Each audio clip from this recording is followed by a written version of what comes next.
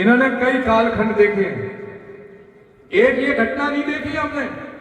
पिछले 30-35 वर्षों से मेरा अनुभव है कि जब ये समाज जगा है तब तक सरकारों को काम करना पड़ा, पर ये तो सरकारी आपकी है, इसलिए निश्चिंत रहिए आप चाह रहे वो काम हो गया रहेगा। ये गौ माता ने हमारे को जगाया है। और जो मेरे से पूर्व वक्ता बोल रहे थे, सोटा जी बोल रहे थे कि हमारा भी कर्तव्य बनता है मौके पर जगना नहीं, कभी सोना ही नहीं है, ये हमारा कर्तव्य बनता है। हमारा इतना पवित्र भाव, और जब गौ माता के प्रति ऐसा हिनना कृत्य हो जाएगा तो वह कोई प्रकार का बंधन, कोई प्रकार की मर्यादाएं नहीं है, केवल एक ही बंधन है, वो राष्ट्र के साथ, धर्म के साथ और गौ माता के साथ हमारा परम बंधन है, जो हमारी पूज्य माता है। हमारे जितने देवी देवता है उन्होंने भी गाय से बड़ा स्वयं को नहीं माना है, संत है उन्होंने भी गाय से बड़ा अपने को नहीं माना है। इसलिए हम तो उनके चरणों पर चलने वाले हैं और गौ माता के लिए सर्वस्व निछावर करके आप सब लोग यहाँ आए हो। अब आगे ऐसी कोई घटना नहीं हो, ये भी हम संकल्प लेके जाएंगे।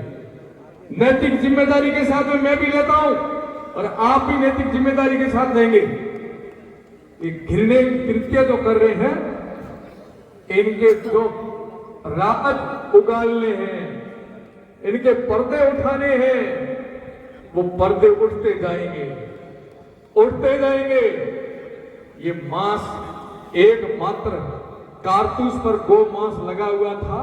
उस वीर क्रांतिकारी मंगल पांडे ने नौकरी चली जाए, फांसी पर चढ़ा दिया जाए, पर मैं कारतूस मुंह से नहीं खोलूंगा क्योंकि मेरा धर्म भ्रष्ट हो जाएगा। आज इन गो हत्यारों ने इस मांस को किन किन को खिलाया होगा, एक कल्पना कीजिए आप लोग।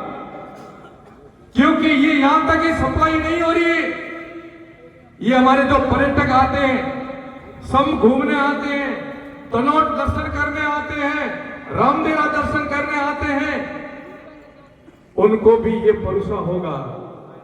इसलिए बारीकी से जांच होगी और किसी को नहीं छोड़ा जाएगा। पुनः कहूंगा, आप सबका जो साथ और स्नेह और प्रेम और श्रद्धा एक संत के प्रति, पहले मेरा धर्म है वो संत धर्म है, वो मोहनपुर जी महाराज की कृपा है।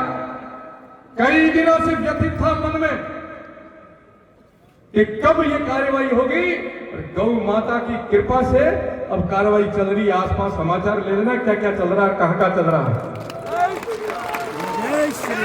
क्या क्या चल रहा है, कहां का क्या चल रहा है। ये मां भगवती की, गौ माता की, मोहनपुर जी महाराज की कृपा है। पुनः आपसे कहूंगा, मेरे कर्तव्य को निभाने में मैं कहीं पीछे नहीं रहूंगा, और जो विश्वास आपका है उसको कभी खंडित नहीं होने दूंगा। जिस काम के लिए गुरु महाराज ने भेजा और आपने बुलाया वो करके ही जाऊंगा।